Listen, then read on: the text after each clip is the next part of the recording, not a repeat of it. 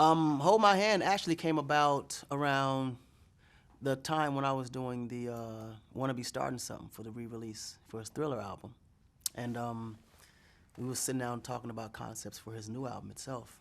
And, you know, the image and everything and how he wanted to pretty much, you know, reappear to the audience. And at that moment, that's when I was like, yo, I think I may have the record for you.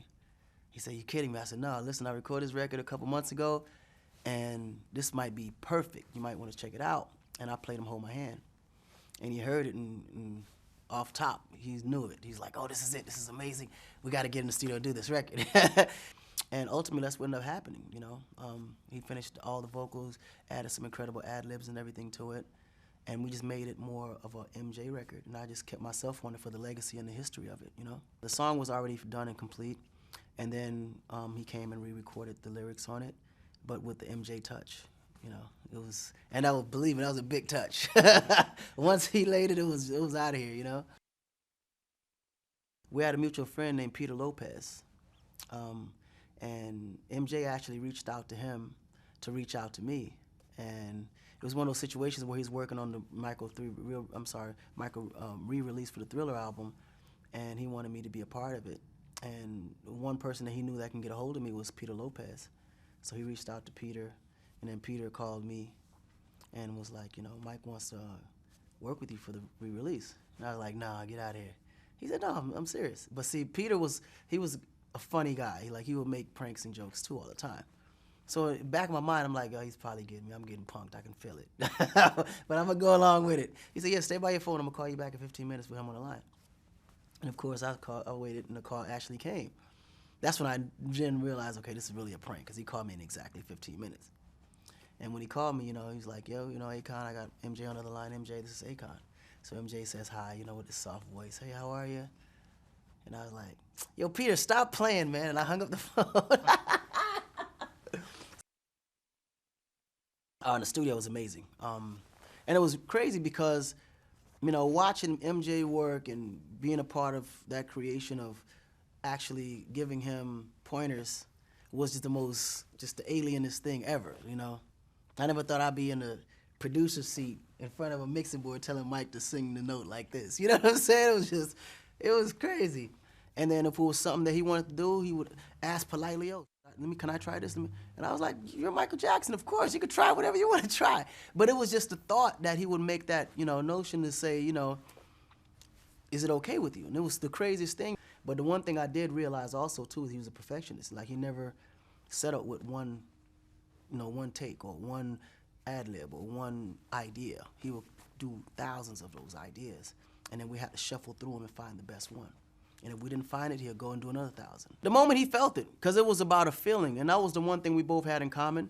If it felt right, then it was right. Whether it sounded right or not, if it felt right, we wouldn't touch it. The one thing that he always kept in front was the melody, you know.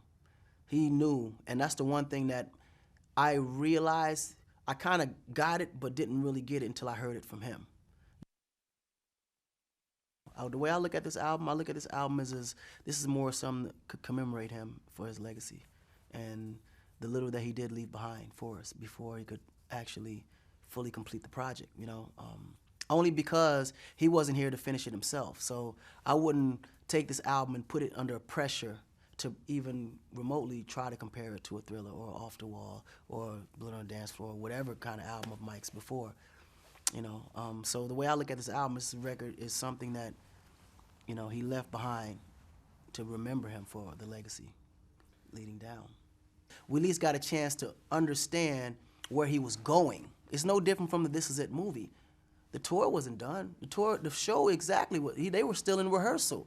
But we just appreciated the fact that we got to watch what he was about to bring to us in progress. And that's all this is. It's an album in progress that we got a chance to actually visit here and understand where he was headed.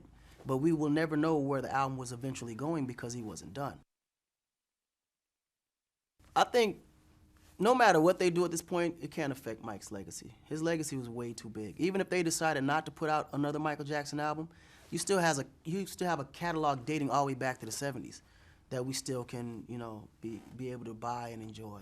I don't think that any or anything at this moment could affect Mike's legacy. I mean, he's done way too much, influenced way too many artists, and brought way too much to music and society and as a lifestyle itself for any of this to even affect them, let alone an unfinished album. You know what I'm saying? So I don't worry about that at all. If you're a true Michael Jackson fan, you already know that this is easy. You just happy to be able to be a part of what was being created, you know, towards the close, you know, towards the end of his days. You know, the records have already won. They're the reason why I'm here.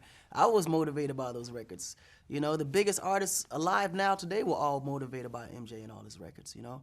I think all the records he's done are definitely going to keep moving. I think, you know, you're always going to buy the Thriller albums. You're always going to buy the Off the Wall albums. You're always going to buy all this. I mean, you know, you're going to look back into the Thriller videos and be motivated. Like, he's done everything that an artist can actually do to motivate music and the world doing it.